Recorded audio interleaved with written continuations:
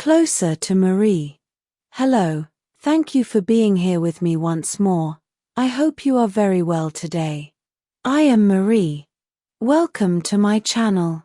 This information can be seen as science fiction, or as the viewer sees best, and I post it for entertainment purposes only. Still, I take my information very seriously, and for whoever has eyes to see. I am writing this on the morning of February 23rd, 2025. I got word that many of you, my closest friends, would be interested in getting to know me a little better, so I decided to write a little about myself in a closer context. I will no longer go into detail about how I got here, as there already is a video for that. I'd rather share with you what I live nowadays. I seriously doubt that this subject will get much attention on YouTube, but that does not matter as this video is for all of you my closest friends and sponsors, who would like to know me a little better. Yet, I must give a little bit of context for the new people who don't know me as well as the rest of you. There is a lot more humanity in outer space, and they are just like you.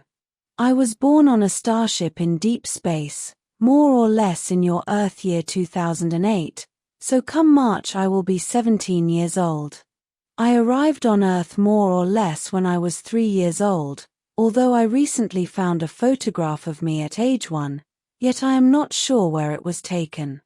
I know I said before that I arrived on Earth at age 7, and that is what I truly believed, although I now have evidence that I arrived there a lot earlier. My memory is a bit sketchy about that part as I also have memories of being in another planet as a child, but probably that may have been a family trip.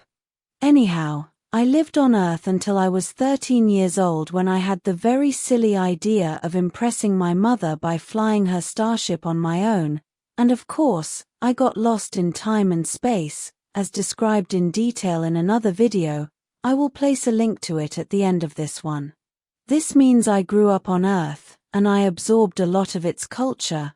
I cannot deny that I miss living there, although I remember that my life there was not that hard, as I only suffered from the same things and school problems as just about all of you also had. It was fun because I used to excel in athletics and dance, as well as in academic subjects, although I always got into trouble with the teachers as I always knew, another side to the story. You know what I mean. Then I got lost in space, and one thing led to another. Swaruu found me, and then I arrived on the starship Taygeta with all our friends you know well. Then many events started to take place, events that led the at the time Queen Alanim to look for a replacement, an heir or heiress, and the logical one to take the post was Swaruu, but she denied wanting the role of future Taygetan queen. She did not want it, so I was pushed forwards, as I was brave or foolish enough to accept the challenge. Then again one thing led to another. Former Queen Alanim was attacked and then decided to abdicate to be able to recover in a wet medical pod, and she is scheduled to finish her treatment in it before the end of March, this year. When she abdicated I was moved first to Princess Queen, and then to Full Queen. Then at the end of last year, 2024, I too was attacked and fell seriously sick. The Taygetan military, under Goriel of Tema, extracted me from Starship Sardiklea, and his medical crew of the Starship Alcyone took care of my recovery. Then I was advised that I should not return to Starship Sardiklea, so I moved to the other, brand new starship, identical to the Sardiklea and of the same class, Biggie, the Enterprise. I did not go into detail with this above because they are contained in quite a few videos, but in a few words that is how I got to be here at this point right now. I do miss being in Starship Sardiklea as all my initial friends are there, but as I explained before, it is not healthy for me to be there as I am the full Taygetan queen right now, and there were complicated and unhealthy family dynamics going on there, between them and I. Right now I am living on board the Taygetan, Sardiklea class starship, Enterprise, Yes, like the one on Star Trek, that's why I gave my ship that name. I am here with a full military crew, which includes no less than 2 Taygetan elite special forces detachments from the starship Alcyone, who are here independently from the ones of the Enterprise, and who are here exclusively as my bodyguards, as the recent events I have shared with you in my space news videos have made me a target for obscure forces.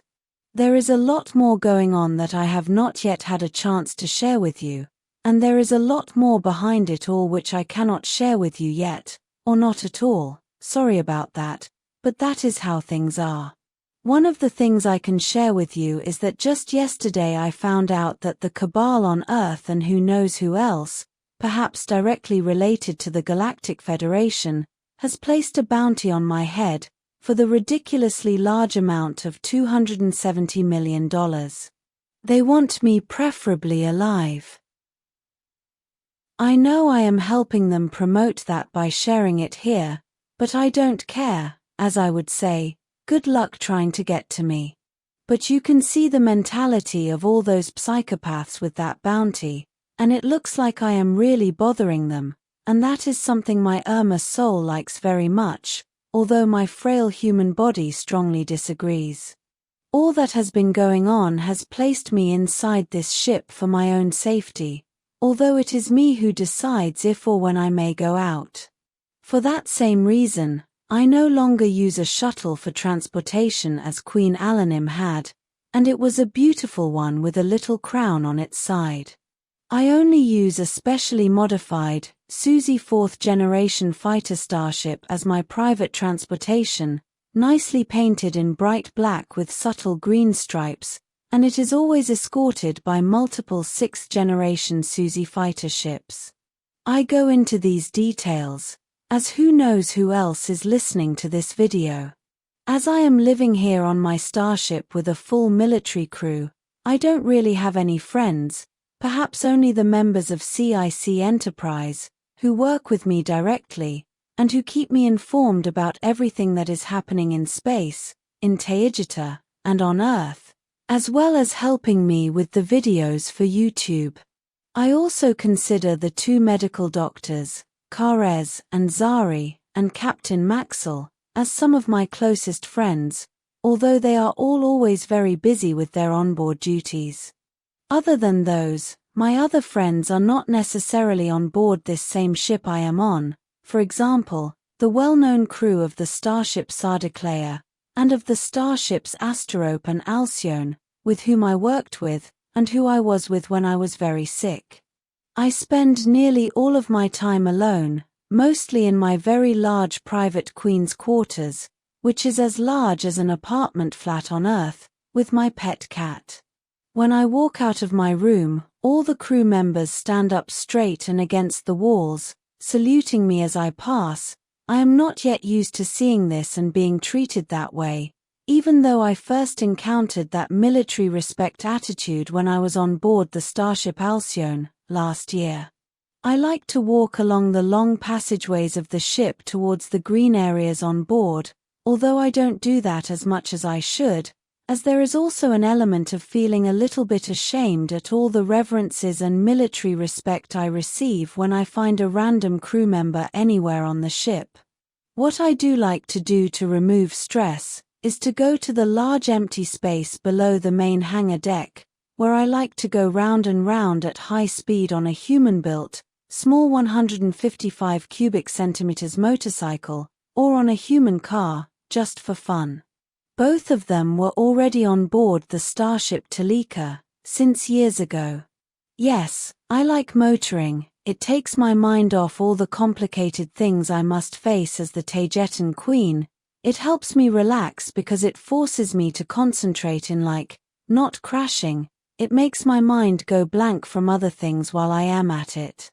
I am planning to make a small racetrack in that empty space as it spans 3/4 the length of this ship.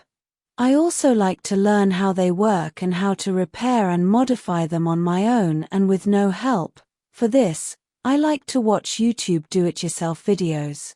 I have so much on my mind that I don't have any time to feel lonely, because I am either being the queen, managing all the problems and procedures of Taygeta, also talking to my counterparts in space, and on the Alcyone Council, or I am plotting what I am going to say in the next video.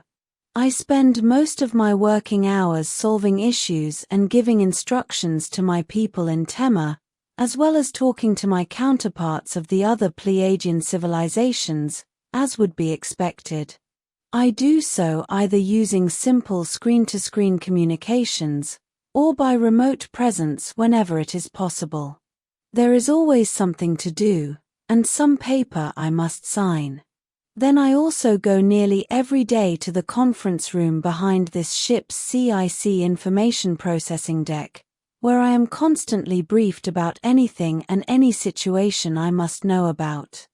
Dinner, which is only once a day, although I might have something else to eat at night before bedtime, although most of the time I don't, is served near noon, SIT, ship internal time, where I meet Maxwell, the captain and his wife, Dr. Karez, Dr. Zari, and lead intelligence officer, Kira, where we all sit at the Queen's table. It is slightly set apart from the other tables in the main mess hall of the ship, and it is bordered by tall blue-violet curtains. I did not design most of these protocols, as I mostly only follow the Taygetan rules and regulations concerning how a king or queen must be treated.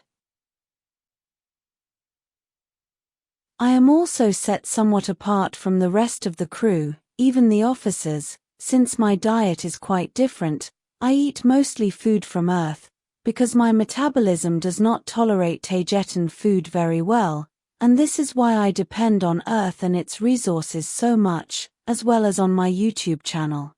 I spend just about all of my time alone, except when at dinner, so I have been forced to be good company for myself, while being immersed in all my complicated thoughts and ramblings.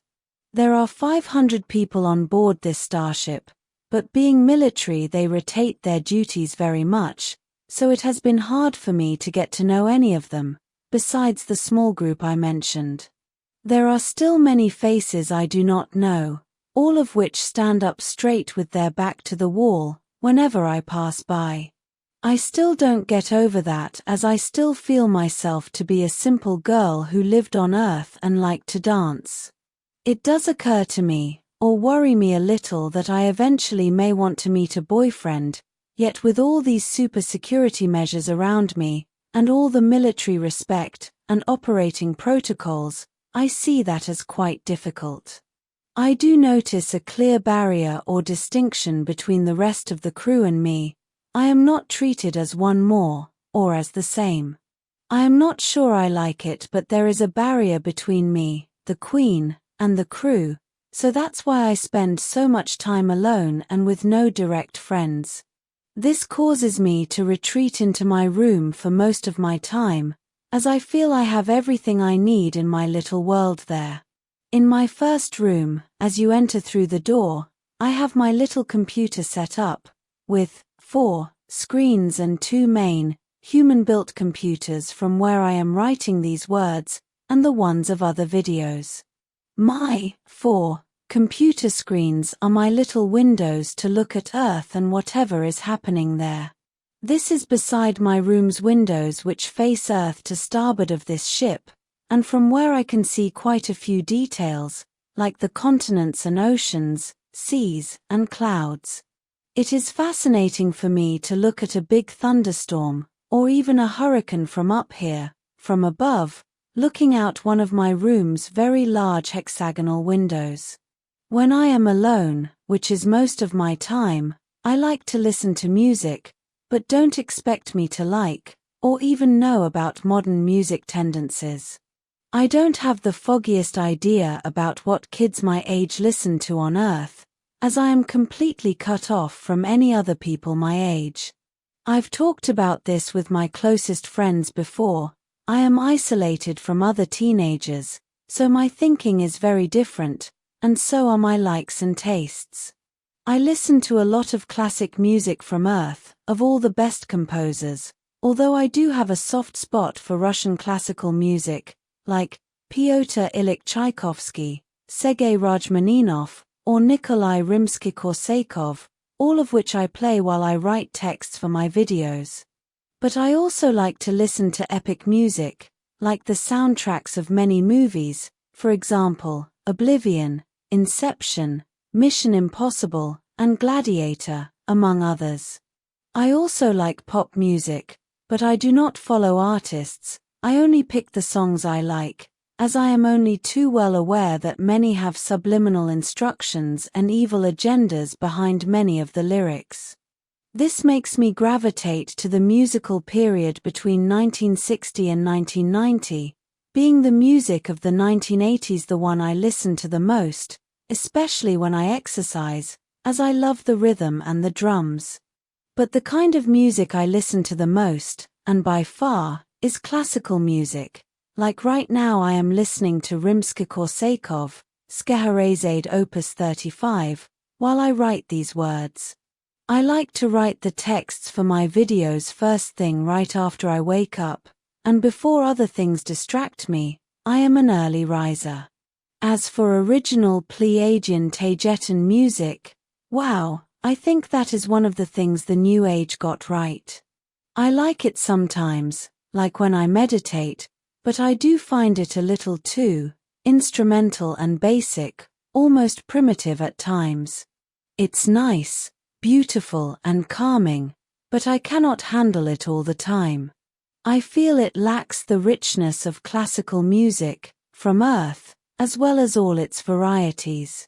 I cannot say the same about Urmah music, which is, wow, extremely emotional and epic heroic, extremely intimidating, very Richard Wagner, in style, I would say, yet with more drums and more metal instruments. At the end of my day, I like to take a shower, and then I take a swim in my private pool, which is part of my bathroom. Yes, my queen's room on this ship comes with a private swimming pool. One of the amenities that the Sardiclea class ships have, because they are precisely royal yachts, is the royal bedrooms, built for the queen and sometimes for the captains, with exclusive details so that the queen can, for example, exercise, while she is still taking care of royal affairs. For this, they have accommodated a small pool in the bathroom, so that she can exercise. This detail was already included in Taygeta-class starships. After swimming, I relax a little, and then I go to sleep. The next day, I start all over again, writing for my YouTube channel, making videos, and being a big problem for the Galactic Federation and the Cabal. This will be all for today. As always, thank you for watching my video, and for liking, sharing, and subscribing for more. It helps this channel grow a lot. And I hope to see you here next time. With much love and appreciation, your friend, Marie.